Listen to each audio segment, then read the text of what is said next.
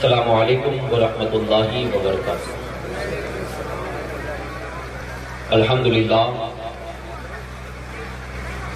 الحمدللہ وکفی والصلاة والسلام علی سیدنا وسندنا وشیخنا ومعیننا ومغیثنا وغوثنا وغیاثنا ونبینا ورسولنا وذخرنا وفخرنا وشفینا وکریمنا ورحیمنا یوم العرض علی اللہ محمد مصطفیٰ صلی اللہ علیہ وسلم رسول الثقلین نبی الحرمین امام القبلتین جد الحسن والحسین وعلى آلہ وصحبہ وأحبابہ وأہل بیتہ اما بعد فأعوذ باللہ من الشیطان الرجیم بسم اللہ الرحمن الرحیم یا ایہا الذین آمنوا ادخلوا فی السلم کافہ صدق اللہ العظیم۔ پوری عقیدت کے ساتھ اور پوری ایمانداری کے ساتھ بارگاہ رسول اور آل رسول میں درود و سلام پڑھیں۔ اللہم صلی علی سیدنا وعلی آل سیدنا و مولانا محمد بعدد کل حسنہ و جمالہ صلی اللہ علیہ وآلہ وسلم۔ خدا کے دین کی عجب کہانی ہے، خدا کے دین کی عجب کہانی ہے، دین مصطفیٰ پہ ہر وقت جوانی ہے۔ خدا کے دین کی عجب کہانی ہے، دین مصطفیٰ پہ ہر وقت جوانی ہے۔ یہ مسجدوں سے آتی ہیں جو اذان کی صدائیں، یہ مسجدوں سے آتی ہیں جو اذان کی صدائیں، اے علی یہ تیرے شہزادوں کی مہربانی ہے، اے علی یہ تیرے شہزادوں کی مہربانی ہے۔ غلام چشت ہوں خادم کرم مرشد کا ہے مجھ پر، غلام چشت ہوں خادم کرم مرشد کا ہے مجھ پر، گدا سے شاہ کہلایا نگاہ مرشدہ دیکھو۔ عزیزان گرامی، اللہ اور اس کے رسول کا عظیم احسان کہ آج ہم اور آپ سلسلہ عالیہ چشتیہ صفویہ کے ایک عظیم مجدد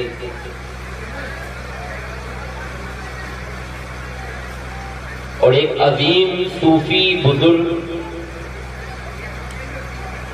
جنہیں یہ شرف حاصل ہے مقام ولایت میں کہ صفی پور شریف کی سرزمین پر جو مخدوم ثانی کا عہدہ رکھتے ہیں، اس عظیم مرتبے پہ فائز اللہ کے محبوب ولی حضور مجدد سلسلہ صفویہ حضرت مخدوم شاہ محمد خادم صفی محمدی علیہ رحمت الرضوان کے 155ویں سالانہ عرس پاک میں ہم سب شرکت میں سعادتیں حاصل کر رہے ہیں۔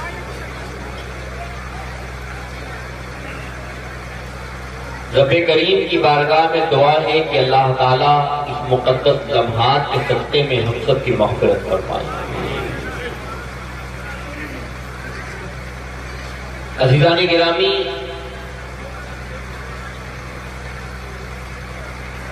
اللہ کا عظیم شکر ہے کہ اس نے ہمیں نبی محتشم صلی اللہ علیہ وآلہ وسلم کی امت میں پیدا فرمایا ہے۔ ہمارے ہاتھ میں جو دامن ہے وہ مصطفیٰ جان عالم صلی اللہ علیہ وآلہ وسلم کا ہے۔ ایک بات یاد رکھیے گا، ہمارا رب جو ہے وہ ہر شے پہ قادر ہے، اسی کے حکم سے بارشیں ہوتی ہیں، وہ انسانوں کی زندگی اور موت کا مالک ہے، وہ روئے زمین کے ہر ذرے کا خالق ہے، اسے بنانے والا ہے۔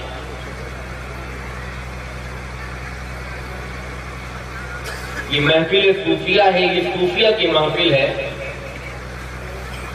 صوفیہ کرام کا نظریہ، ان کا موقف کتنا واضح ہے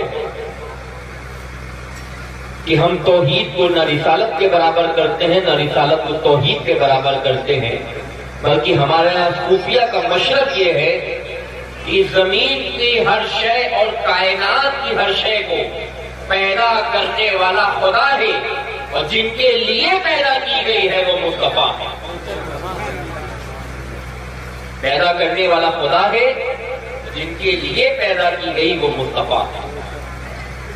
مصطفیٰ کے لیے کائنات کی ہر شے کا وجود ہے، اور اللہ کا شکر ہے کہ اسی نبی کی امت میں اللہ نے ہمیں پیدا کیا، ہمیں قرآن جیسی عظیم دستور حیات میں پر کتاب عطا فرمائی،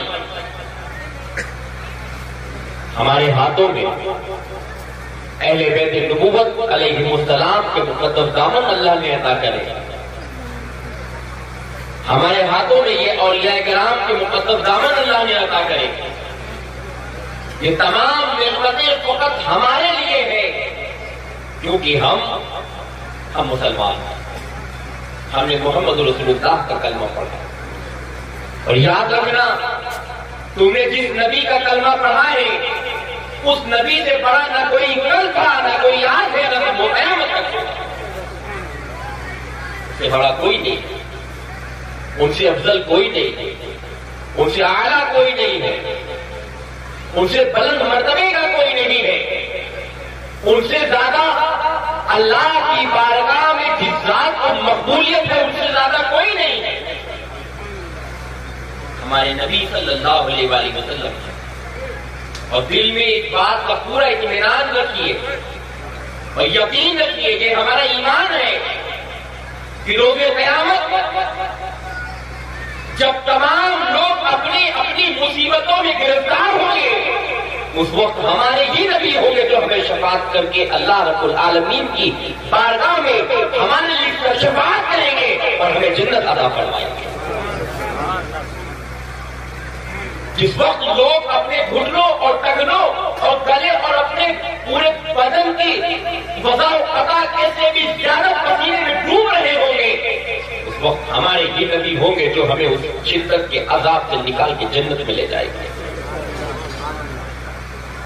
جس وقت لوگوں کے نامہ اعمال پڑھ کر کے سنائے جا رہے ہوں گے اور نامہ اعمال کی برائیاں اس حد تک زیادہ ہوں گی کہ جہنم کا فیصلہ قریب ہوگا، اس وقت ہمارے ہی نبی ہوں گے جو بارگاہ خدا میں ہماری شفاعت کریں گے اور ہماری مغفرت کے لیے اللہ کی بارگاہ میں ارگزار ہو جائیں گے۔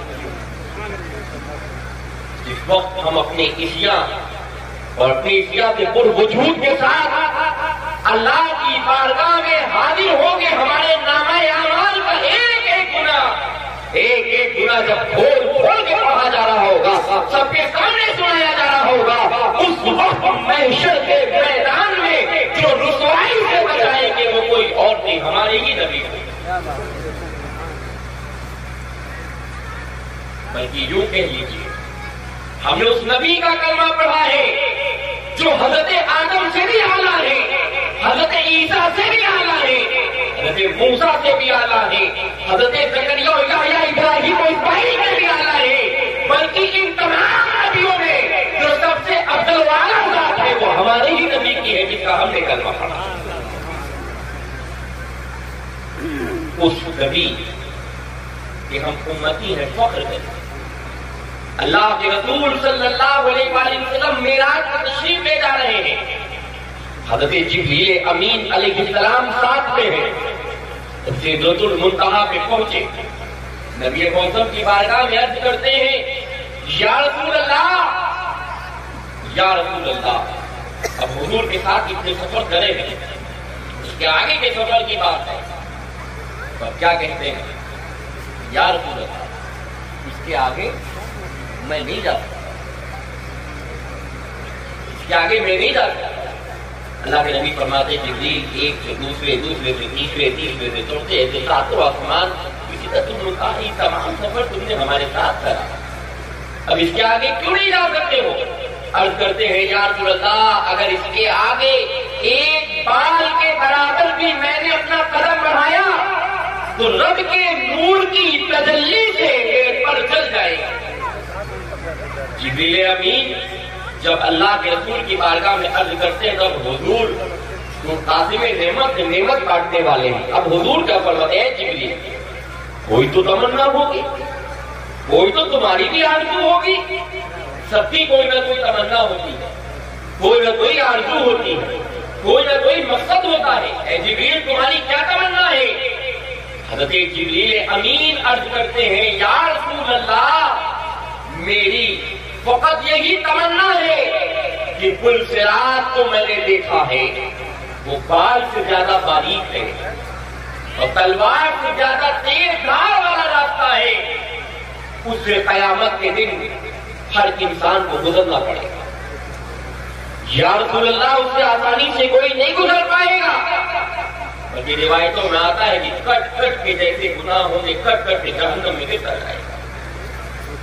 حضور فرماتے جبریل اپنی تمنا بتاؤ، عرض کرتے ہیں یا رسول اللہ میرے آقا میں یہ چاہتا ہوں کہ قیامت کے دن جب بال سے زیادہ باریک اور تلوار سے زیادہ تیز دھار والے راستے سے حضور آپ کی امت گزرے، آپ کی امت گزرے، یا رسول اللہ ان کا پیر پل صراط پہ نہ پڑے، ان کا پیر پل صراط پہ نہ پڑے۔ اے میرے آقا میری عرض بارگاہ الہی میں صرف اتنی ہے آپ کے وسیلے سے کہ اس وقت میرا رب مجھے یہ اختیار دے کہ میں اپنے پروں کو بچھا دوں اور آپ کو امت گزرتی ہوئی چلی جائے،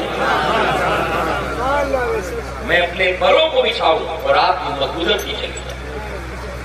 لوگوں سوچو یہ پیر ہے، یہ جبریل امین کا فرق، ہمارے یہ پیر، انہی پیروں سے نہ جانے ہم نے کتنے گناہ کیے، انہی پیروں سے ہم نے نہ جانے کتنے وہ کام کیے ہیں جو ہمارے رب کو ناراض کرنے والے ہیں، رسول کو ناراض کرنے والے ہیں۔ انہی پیروں سے ہماری نئی نسلیں جو ہے سنیما گاہوں کی طرف چل کے جاتی ہیں، انہی پیروں سے ہماری نسلیں شرابوں کے اڈے میں جاتی ہیں، انہی پیروں سے ہم بازاروں کو تو آباد کرتے ہیں، مگر یہ پیروں سے توفیق نہیں ہوتی کہ ہم کبھی مسجدوں کی طرف چلے جائیں۔ انہی پیروں سے نہ جانے کتنے گناہ کے، سوچو تمہارے پیر جبریل امین کا قدم، اب آپ یہ اندازہ لگے کون جبریل امین؟ وہ جبریل جو کبھی گناہ ہی نہیں کرے، جو معصوم، انہوں نے کوئی گناہ نہیں کیا، نہ کریں گے اور نہ کرا تھا، نہ کرا تھا، نہ کرا ہے، نہ کریں گے، کیونکہ اللہ نے معصوم پیدا کیا۔ وہ جبریل امین جو نبیوں کی بارگاہ میں اللہ کا حکم لے کر کے آئے اور ہمارے نبی کی بارگاہ میں قرآن لے کر کے آئے،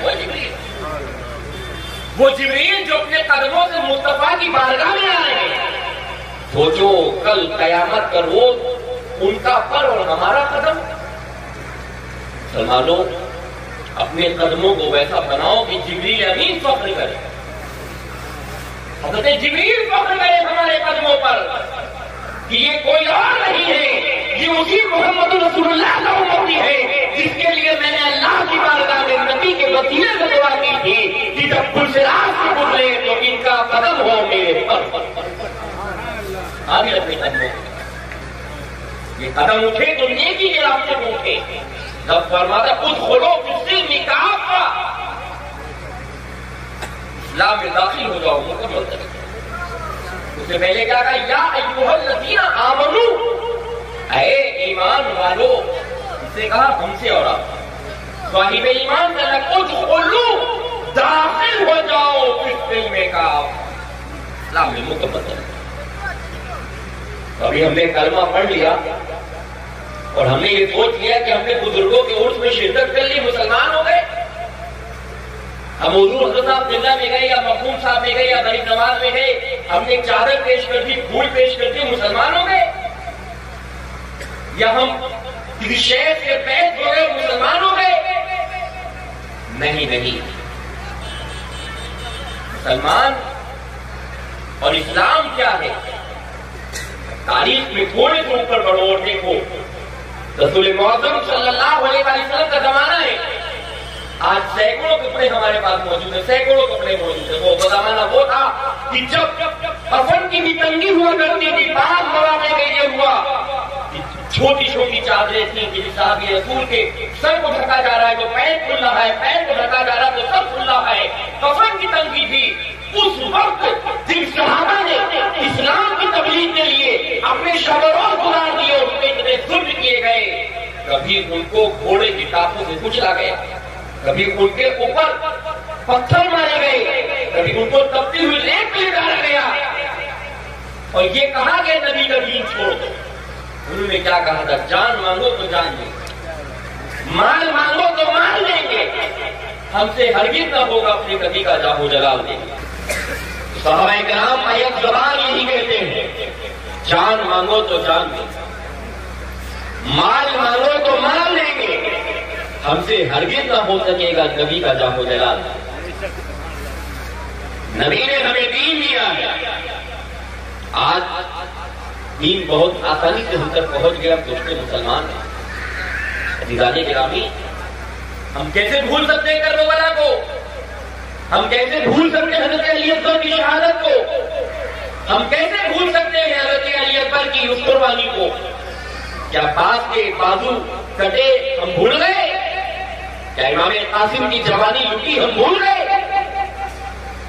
مولا کائنات علی شیر خدا کرم اللہ تعالی وجہ کریم کا پورا گلشن اسلام کے لیے قربان ہوا، کیا ہم بھول گئے؟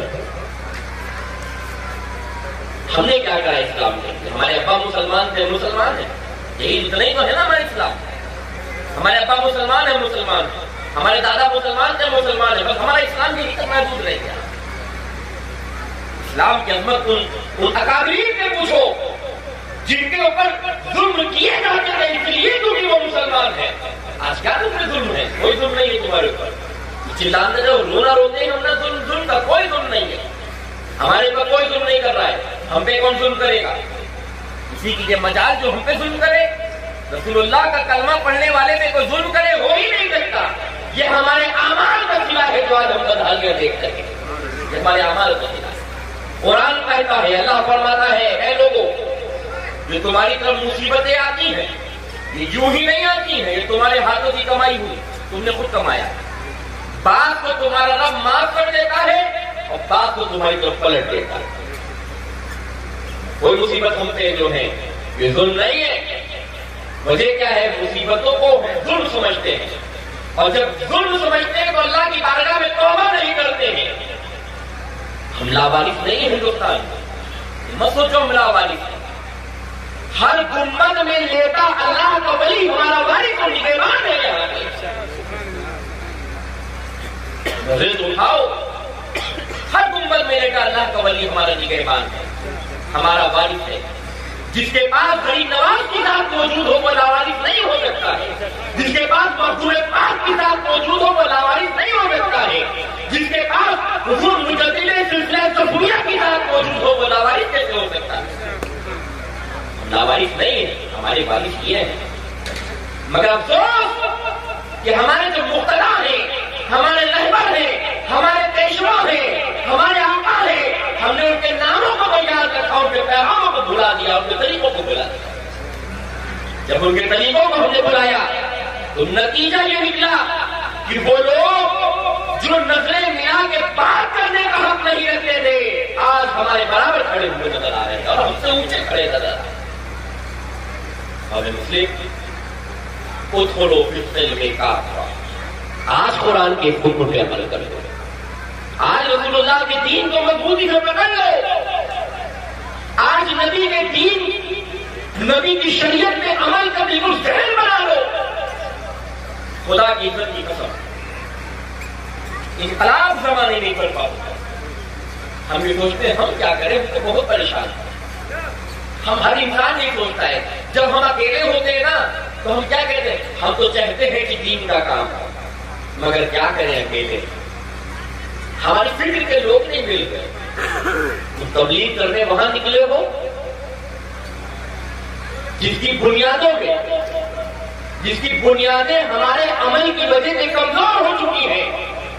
اگر ہم تبلیغ کرنا چاہتے ہیں تو تبلیغ کی ابتدا ہم اپنے گھر سے کریں، اپنے بچوں سے کریں، اپنے گھر والوں سے کریں، اپنے بچوں کو اسلامی ماحول میں ڈالیں، اپنے بچوں کو اسلامی تعلیم اور اچھی تعلیم دیں، اپنے بچوں کو دنیاوی اعلیٰ تعلیم دلاؤ، دینی تعلیم دلاؤ، دنیاوی تعلیم بچوں کو دو کہ دنیا میں عزت کے ساتھ زندگی گزار سکے، اور دینی تعلیم دو کہ تم جب مرو تو ہاتھ اٹھا کے تمہارے دعائیں مقصد کر سکیں۔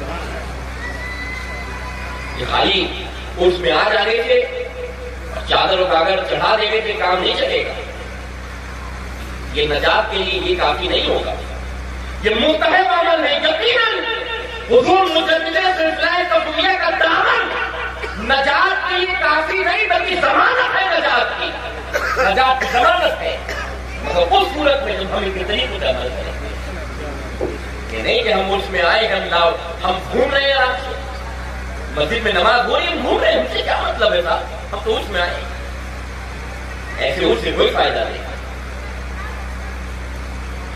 حضور مجدد سلسلہ تبلیغ فرماتے ہیں، آپ نے قول سن، ایک مرتبہ ایسا ہوا، اللہ کا ولی زندہ ہے نا اپنے مزارات میں، جانتے ہیں نا، سب کا عقیدہ ہے نا، یہ ہے نا عقیدہ سب کا۔ ایک مرتبہ ایک شخص حضور مجدد سلسلہ تبلیغ کی بارگاہ میں حاضر ہوا اور نماز کا وقت ہوا، آپ تشریف لے گئے، وہ ہمارے ڈر کے پیچھے چلا گیا، پیر کا ڈر پیچھے چلا گیا، مسجد میں نماز پڑھ لی، اور نماز پڑھنے کے بعد جب حضرت صاحب قبلہ نے سلام پھیرا تو اس کی طرف دیکھا غور سے، اور دیکھنے کے بعد اس کو باہر نکلے، فرمایا تم پہ کون سی ایسی مصیبت تھی، اب تم نے اللہ کی ولی کی نظر دیکھی، تم پہ کون سی ایسی مصیبت تھی کہ تم حالت نجاست میں مسجد میں آ گئے۔ آپ سوچیے، اللہ کے ولیوں کی نظر تو دیکھیے، آپ پاک ہیں یا ناپاک ہیں یہ صرف آپ ہی جانتے، کوئی دوسرا نہیں جانتا جب تک آپ نہ بتاؤ، ٹھیک ہے؟ آپ طہارت کے عالم میں ہو کہ نجاست کے عالم میں ہو، یا آپ جانتے ہو، جب تک آپ کسی کو نہیں بتاؤ گے نہیں پتا چلے گا۔ مگر حضور مجدد سلسلہ تبلیغ کی نگاہ دیکھو کہ نگاہ داری سمجھ گئے، اور پھر سوال کرتے ہیں کون سی ایسی مصیبت، سوچو جو ہمارے سرکار، ہمارے آقا، ہمارے امام، ہمارے پیشوا حضور مجدد سلسلہ تبلیغ جو ایک نظر ڈالے اور سمجھ جائے، تو کیا وہ ہم کو اس کی تکلیف میں نہیں دیکھتے ہوں گے، ہمارے حالے بد نہیں دیکھتے ہوں گے؟ ہم جن گناہوں کا مجسمہ لے کر اپنے وجود کے ساتھ آتے ہیں ویسے ہی واپس چلے جاتے ہیں۔ لوگوں، ان بزرگوں کی بارگاہ میں اگر اصلی نذرانہ پیش کرنا چاہتے ہیں، اصلی نذرانہ پیش کرنا چاہتے ہیں تو آؤ راہ ہدایت کی طرف آؤ، اس مشن کی طرف آؤ جس مشن کو ان اولیاء کرام نے اس پہ عمل کرا اور ہمارے لیے چھوڑا ہے کہ ہم اس مشن کو آگے بڑھائیں۔ وہ مشن کیا ہے؟ وہ مشن دین پہ استقامت حاصل کر کے دوسروں تک پہنچانا ہے اور محبت سے پہنچانا ہے۔ وہ مشن کیا ہے؟ مشن یہ ہے کہ پڑوسی ہمارا بھوکا نہیں سونا چاہیے، یتیم کے سر پہ ہمارا درد شفقت ہونا چاہیے۔ کوئی بھی انسان اگر کسی مسائل و آلام میں مبتلا ہے تو اس کی مدد کے لیے ہماری قدم اٹھنے چاہیے، یہ ہمارا مشن ہے، یہ تو بزرگان دین نے ہماری چاہیے۔